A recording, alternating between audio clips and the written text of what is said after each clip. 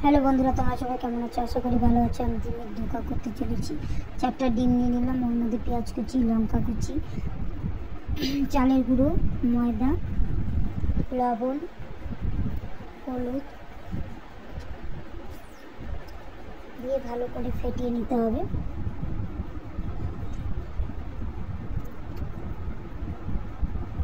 ফেটানো হয়ে গেলে একটা টিফিন বাটিতে তেল দিয়ে দিতে হবে। একটু ফেটানো ডিমটাকে দিয়ে দিতে হবে টিফিন বাটি, ঢাকনা আটকে দিয়ে কড়াইয়ের মধ্যে ভাপাতে দিয়ে দিচ্ছি অল্প জলে টিফিন বাটিটা। ততক্ষণে ভাপা নেব।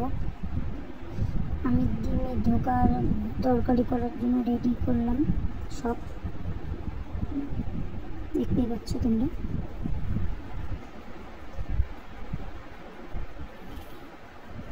কড়াইয়ের মধ্যে তেল দিয়ে দিলাম।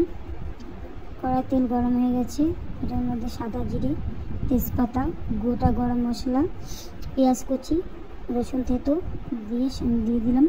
ওর মধ্যে দিয়ে দেবো আলু, হলুদ লবণ দিয়ে লাল লাল করে ভেজে নিব।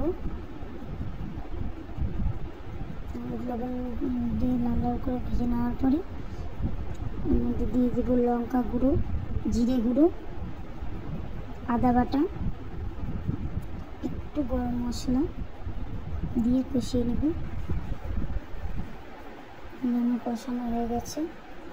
এর মধ্যে দিয়ে দিয়েছি জল, 4টা কাঁচা লঙ্কা দিয়ে দিয়েছি। ধোকাটা রেডি হয়ে গেছে। ডিমের ধোকাটা দেখো কি ভালো লাগছে না? ভেজে নিতে হবে, লাল লাল করে ভেজে নিতে হবে। ভেজে নিয়েছি। ডিমের ধোকাটা রেডি হয়ে গেছে। তরকারি হয়ে গেছে। এর মধ্যে দিয়ে দিলাম ডিমের ধোকাটাকে দিয়ে দিয়েছি।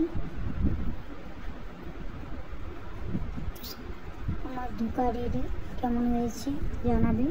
খেতে কিন্তু দারুণ হয়েছে। আমাদের ভালো লেগেছে। তোমাদের কেমন লেগেছে এটা বলবে অবশ্যই।